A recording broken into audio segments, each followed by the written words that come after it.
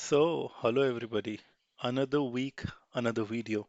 About myself, I am Prateek.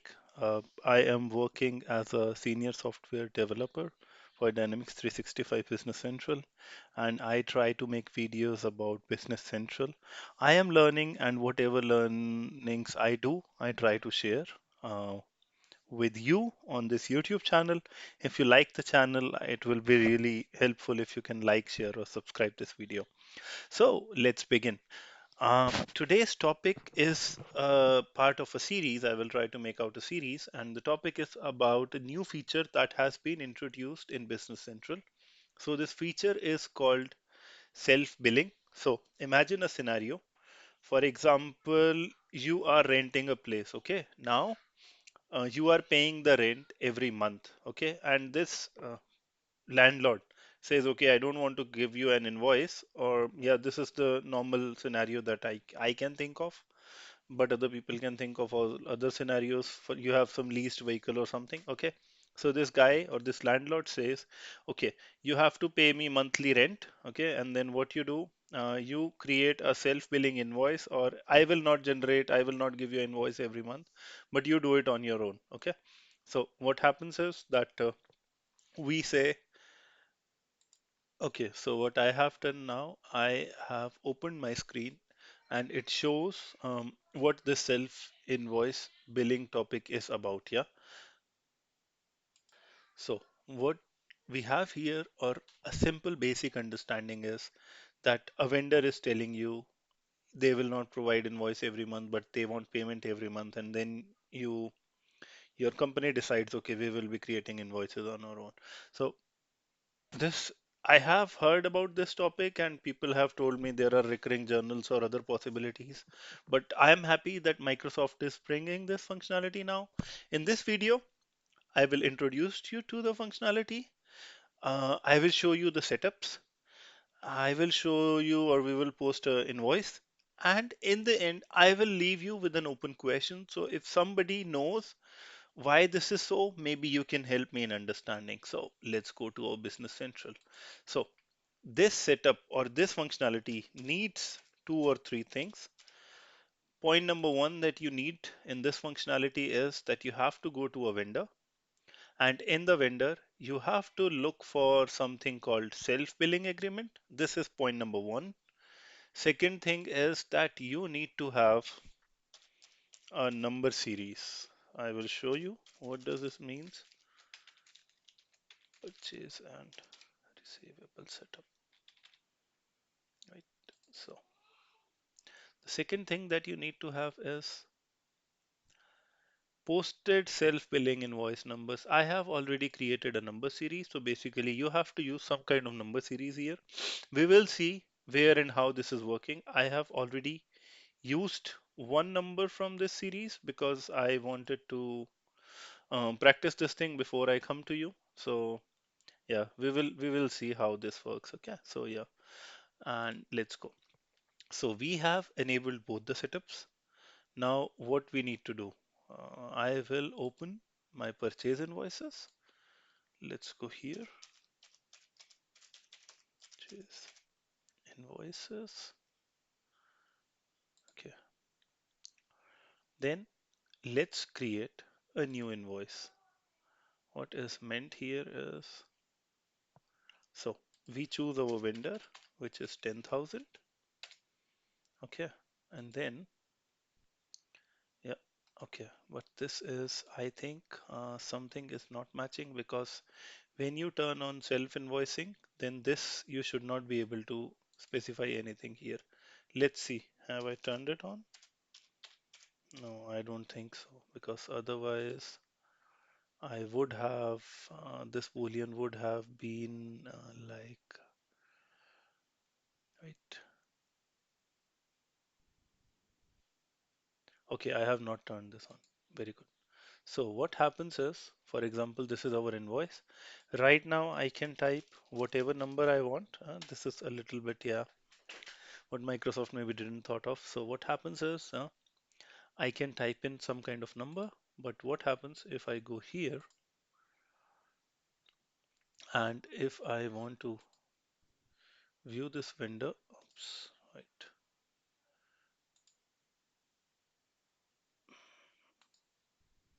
Wait.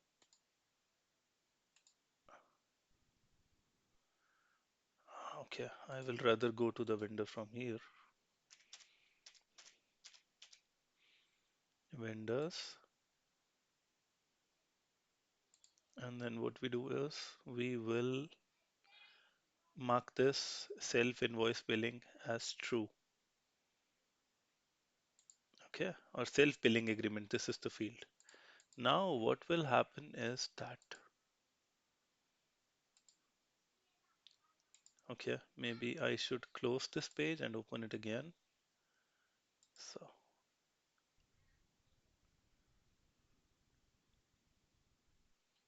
okay, something is not right. Something is for sure not right because when we select this self invoice agreement, then this should get um, disabled. Vendor, vendors. I don't know why these problems happen only when you are trying to record a demo. I hope I tick marked it. Yes, I have tick marked it. Self billing agreement. Okay, leave it. We will create a new invoice or we will try to change the vendor. I change the vendor to this. Yes. But here there is a small bug, yeah, but I will show it to you. Okay, so now I change the vendor and now what I will do, I will bring back the old vendor. Now you see this field is disabled. This is what I was talking about. So when you make the self-billing agreement true, then this vendor invoice number will become uneditable. Yeah, somehow I can call it a some bug because if you have something written in this vendor invoice number, it won't get disappeared when we are changing the vendor number. So it means in this scenario, I'm not allowed to put a vendor invoice number, but still I can put in. Yeah. But yeah, so when we are changing the vendor number, I think vendor invoice number should get by default clear. So when we are changing this thing, this should get automatically clear because in this scenario, or I will create a new one. So what happens when I want to create a new purchase invoice and my vendor has this self-billing thing true,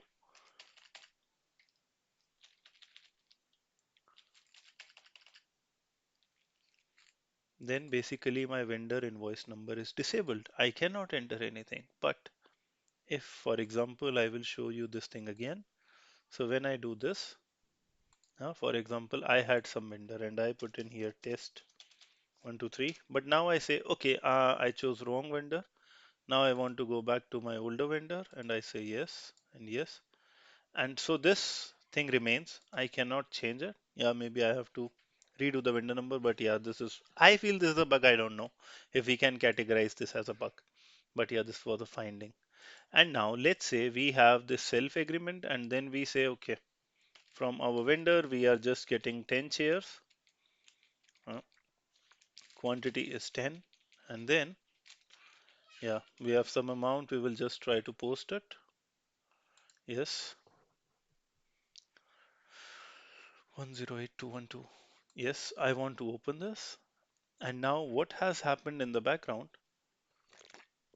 or the things that I noticed is that, yeah, this one is coming from the number series which I had enabled here. Purchase and payable setup. So here we have this is coming from so that field that you saw in the background, yeah. This is so basically vendor invoice number is now getting this number from the number series, okay. And yeah, so I cannot type in anything, or when I have typed in anything, it will get replaced automatically by what is in the number series. Now, yeah, this looks like a good feature, but I have two questions. For example, I have a vendor. Just imagine I am renting out, or my office is in a building which is on rent, and now I have monthly rents to pay. Maybe there are also some possibilities, but I am talking about the possibilities in with regards to this feature. So for example, I want to pay my monthly rent using this feature. So I make my vendor as self-invoiced billing true. Yeah. And then I am getting from this vendor some normal stuff. For example, I have a building, yeah, where my office is, and I am paying the rent to my landlord. But my landlord is also providing me other services like cleaning. They are also doing, they are also charging me for electricity, and I am paying to them. Then what does this means? Will I, every time I want to do this, I will have to turn it off? When I want to put in the vendor invoice number, what I showed you, yeah, and will I have to every time turn it on and off, or does it means one vendor can have either self-billing agreement on or off? This is what I am unable to understand. It would be like, yeah, some better setting. I do not know how this is going to come forward, yeah, but yeah, there is one more thing that I want to show with respect to this functionality, and this is, so there is one more setup. So what has happened is there is the self-billing invoice which has been enabled. So it's a new invoice that is used, and maybe we can go back to our purchase invoice. Let's see posted documents.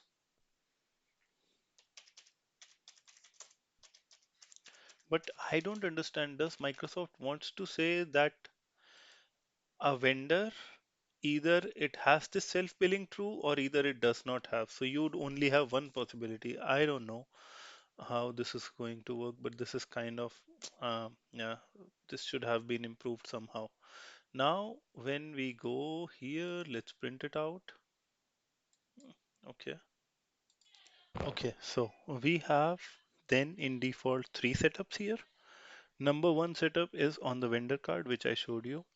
Number two setup is about the number series, which is on purchase and payable setup. Number three setup is here, which is called report selections, and I have already created it. So I will just show you. We have a new option which is called self-billing invoice. You have to define. So I'm using the default which is available from Microsoft. And then what happens is, so it creates or it generates an invoice. And then here, yeah, you can see that it is using, yeah, it says self-billing invoice, and yeah. So my question or my open points here are, can I have a vendor with which I have a self-billing agreement and I still want to have normal items, or I want to buy normal items from him? Is it a possibility? If yes, this is a possibility, then what happens with vendor invoice number? Because as soon as I mark this boolean true, my vendor invoice number becomes editable false on my purchase invoice.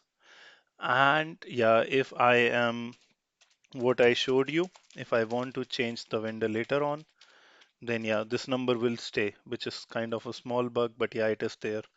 So yeah, for example, this one here, yeah, so this becomes editable false. So yeah, somehow Microsoft has decided to make this vendor invoice number editable true and false based on this self-invoicing boolean, which is not making any sense. And yes, we will see. But thank you if you watched this video until now. I will be very happy if you can like, share, or comment. If you don't like something, just comment here. Yeah. And thanks for watching this video wherever you are. Have a nice day or nice evening. Thank you so much. Bye.